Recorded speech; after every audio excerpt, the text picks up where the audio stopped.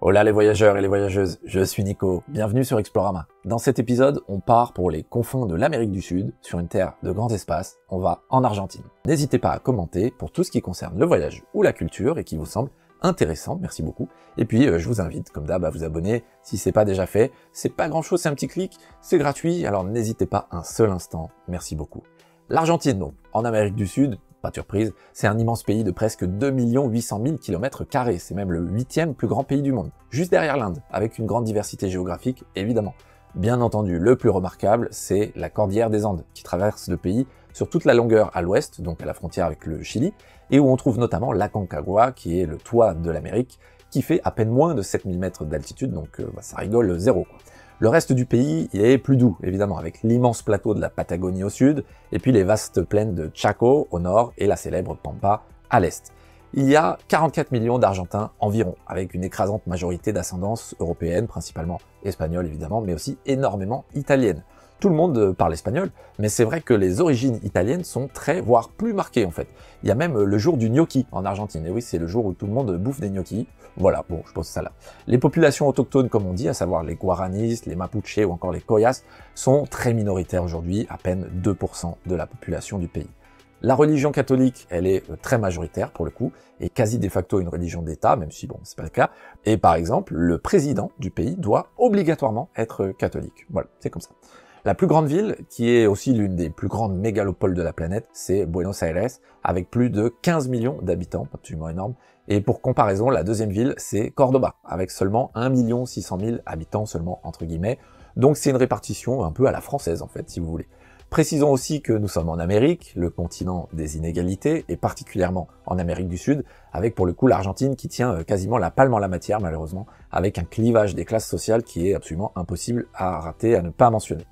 L'Argentine, c'est la 48e destination touristique mondiale, avec 5 600 000 visiteurs annuels environ, ce qui est plutôt peu en fait rapporté à la population et surtout à la taille du pays, mais qui s'explique par un éloignement des principaux marchés des émetteurs, et une situation sociale qui lui donne un défaut d'image, voilà, on va pas se le cacher. Attachez vos ceintures, on commence maintenant tout de suite notre voyage en Argentine, on est parti. Première et grande raison de voyager en Argentine, pour ses paysages, et on va y aller progressivement du nord au sud parce que c'est très grand et il y a de quoi faire. On commence par le nord, avec à l'extrémité de la corne nord-est du pays, en partage avec le Brésil, le très fameux site des chutes d'Iguaçu. Il y a 275 chutes environ qui sont hautes de plus de 70 mètres et qui sont disséminées sur à peu près 2,5 km. Elles offrent un grand spectacle absolument magnifique qui mélange de déferlement et de bruit infernal qui, de l'avis de beaucoup, n'a pas son pareil dans le monde, en ce qui concerne le monde des chutes d'eau évidemment. Non loin de là, les eaux du fleuve Uruguay chutent d'une dizaine de mètres sur 3 km de long, c'est les Saltos del Macona, donc c'est tout aussi impressionnant, même si c'est absolument rien à voir en termes d'envergure.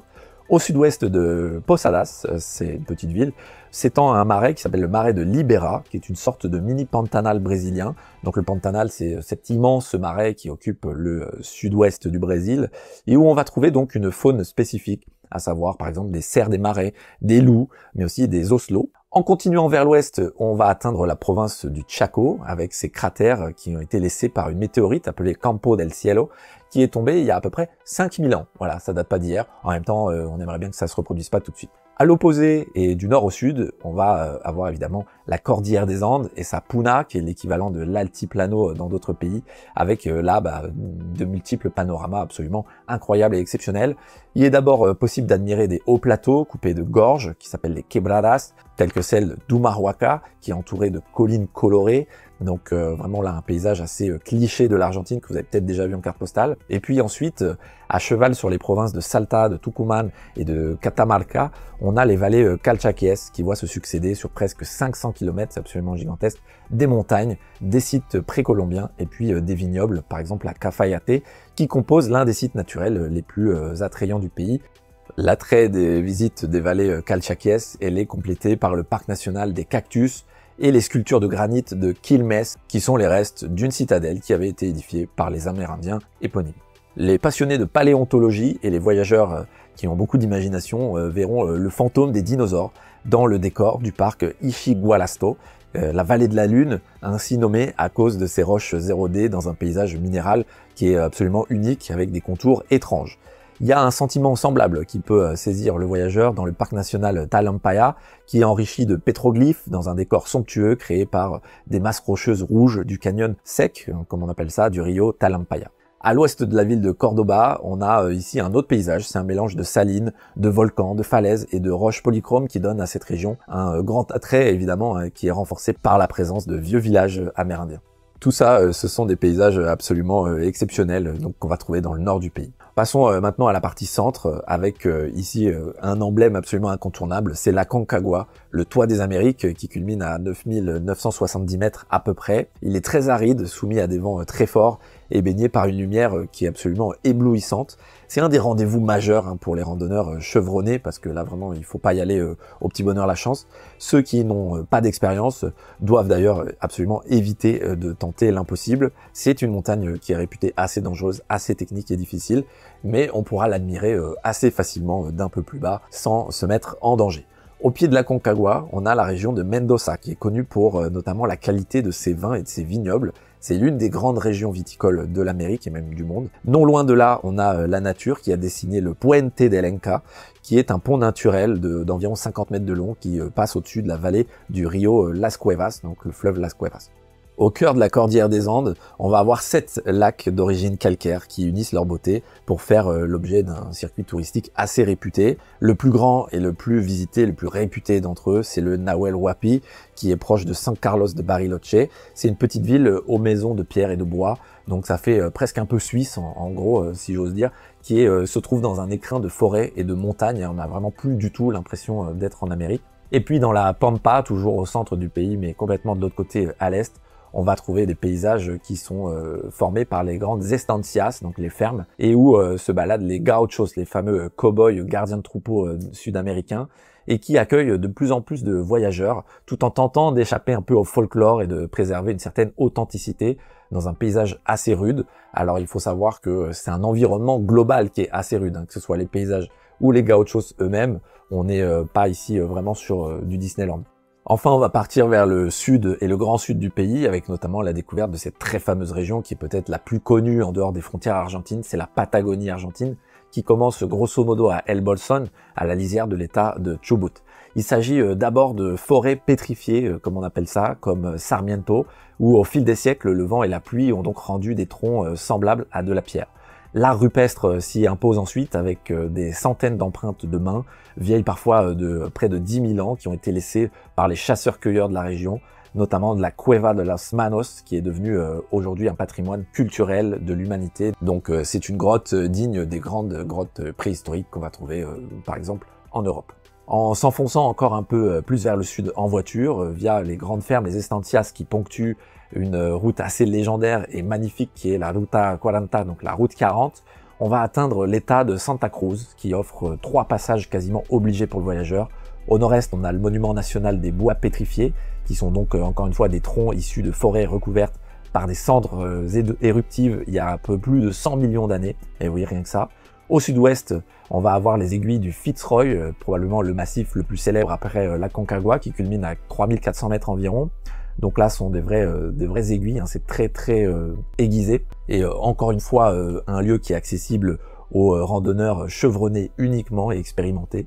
Et puis, non loin de là, on va avoir le fameux parc national des glaciers, Los Glaciares, dont le point d'orgue est le très célèbre Perito Moreno, qui est un grand spectacle, toujours en mouvement. Il est long d'une trentaine de kilomètres, ce glacier est haut d'environ 50 mètres, et c'est un glacier dont on a l'image de ces blocs très bleutés qui s'effritent dans un lac magnifique qui s'appelle le lac Argentino. Cette longue série de paysages et de panoramas du sud de l'Argentine, elle se termine en apothéose, si on peut dire, par les lacs du parc national de la Terre de Feu, la très fameuse Terre de Feu, et par Ushuaia, la fin du monde, comme on dit, la ville la plus australe de la planète, d'où partent des excursions pour la baie d'Ushuaia donc, et le canal de Beagle, mais aussi un peu plus loin pour l'Antarctique.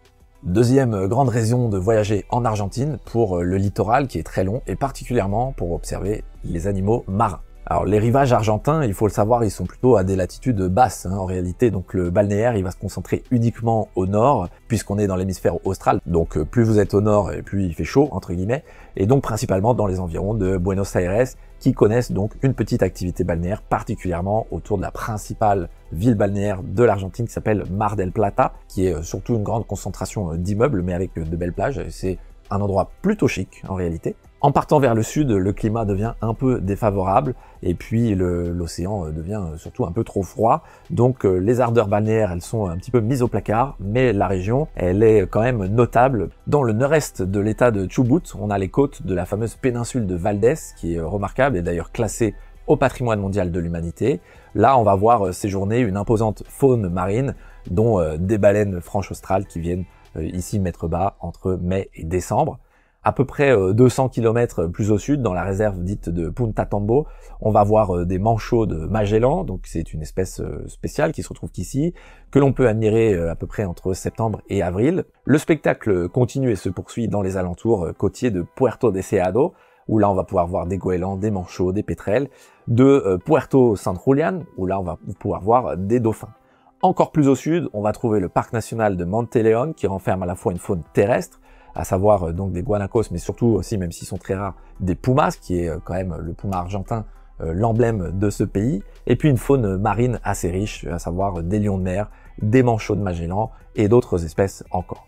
Sur le plan de la faune aquatique, seule la pointe sud vraiment du pays, donc à savoir canal de Beagle et région de Ushuaia, peut rivaliser avec la péninsule de Valdés dont on a déjà parlé, et là encore on pourra voir des manchots, des lions de mer ou encore des otaries. Le tout dans des paysages dont on a déjà évoqué la splendeur évidemment, mais qui sont absolument immenses et magnifiques. Troisième et dernière raison, entre guillemets, de venir en Argentine, les villes et les divers monuments. Évidemment, la première ville qui vient à l'esprit quand on pense à l'Argentine, c'est Buenos Aires, cette immense mégalopole. Et pour les voyageurs qui choisiront d'y passer plusieurs jours, il y a de quoi faire. C'est un endroit très très vivant. On pourra notamment apprécier le quartier très fameux de la Boca, quartier populaire, creuset de l'immigration, de la contestation, mais aussi du tango et du foot. On a aussi la symbolique place de Mai, avec ces fameuses grand-mères, toujours présentes chaque jeudi, et oui. Et puis on a le siège du pouvoir, la Casa Rosada, qui comme son nom l'indique, est tout à fait rose. On peut également citer le cimetière de la Recoleta, avec notamment le tombeau d'Evita Perón, peut-être l'Argentine la plus célèbre à l'étranger. On a également le quartier branché, un peu chic, voilà, de Palermo, qui déroule notamment ce qu'on appelle le Nuevo Tango, le nouveau tango. Et puis le quartier un peu bohème de San Telmo, avec des airs d'un peu de Montmartre, comme on l'appelle le petit Montmartre argentin, et qui est là encore un autre creuset du tango. Vous l'aurez compris, d'ailleurs le tango, c'est une composante culturelle essentielle de l'Argentine et de Buenos Aires particulièrement. Vous ne pourrez pas le manquer. On le danse un peu partout, mais surtout lors des ce qu'on appelle les milongas, qui sont des bals populaires. Il y en a de plus ou moins réputés, mais c'est certainement un passage obligé pour un voyageur en Argentine. En Patagonie, on va trouver la petite ville de El Calafate, qui est la porte d'entrée du parc national des glaciers dont on a déjà parlé. C'est une petite ville qui est née de quasiment rien, où on va trouver des grandes fermes, des plaines, plein de moutons, des gauchos, du vent, voilà. Donc c'est vraiment la pampa argentine dans toute sa splendeur, si vous voulez la découvrir, à El Calafate. Dans un tout autre registre, à la pointe extrême sud, on a Ushuaia, évidemment, la ville de la fin du monde, qui perpétue ce mythe de l'extrême à travers notamment un musée du bout du monde qui raconte l'histoire de la région et l'atmosphère de l'ancien bagne, puisque c'était un bagne à l'origine.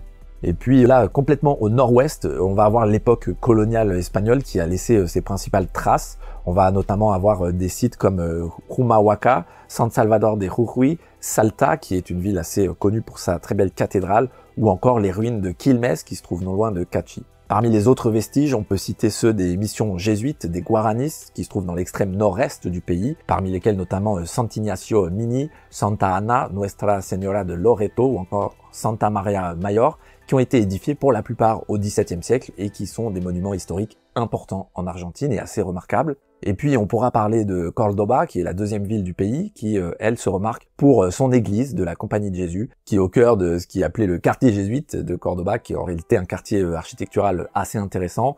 On va aussi avoir à Córdoba la cathédrale baroque absolument incroyable et magnifique qui date du XVIIe siècle. Et puis non loin de là, on va trouver une petite ville qui se nomme Altagracia et qui est bien connue pour deux sites assez remarquables dans l'histoire, à savoir la mission jésuite, s'appelle la Estancia, et puis la maison natale de Che Guevara, qui, je le rappelle, était argentin. Pour terminer, on va pas pouvoir parler de toutes les villes argentines, mais on peut quand même leur trouver une sorte de point commun, c'est que pour la plupart, donc je dirais en dehors de celles qui se trouvent vraiment dans l'extrême nord, on va avoir ce côté européen assez marqué, c'est particulièrement vrai à Buenos Aires, mais aussi à Cordoba, qui est assez étonnant et auquel le voyageur, surtout européen du coup, peut ne pas s'attendre, ce qui fait donc une particularité de l'Argentine.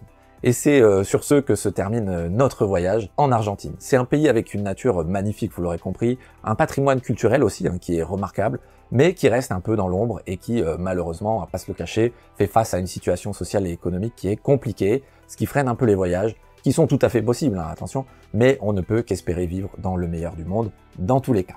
J'espère que cette présentation vous a donné quelques informations et répondu à quelques questions. Si c'est le cas, j'en suis ravi, c'est le but. N'hésitez pas à vous abonner à la chaîne, c'est facile, c'est gratuit, ça soutient énormément la chaîne, je le répète. Et puis je vous dis à bientôt pour le prochain pays sur la liste. N'oubliez pas que chez vous, c'est la Terre et que la Terre, c'est partout. Bon voyage et ciao. Quand tu veux découvrir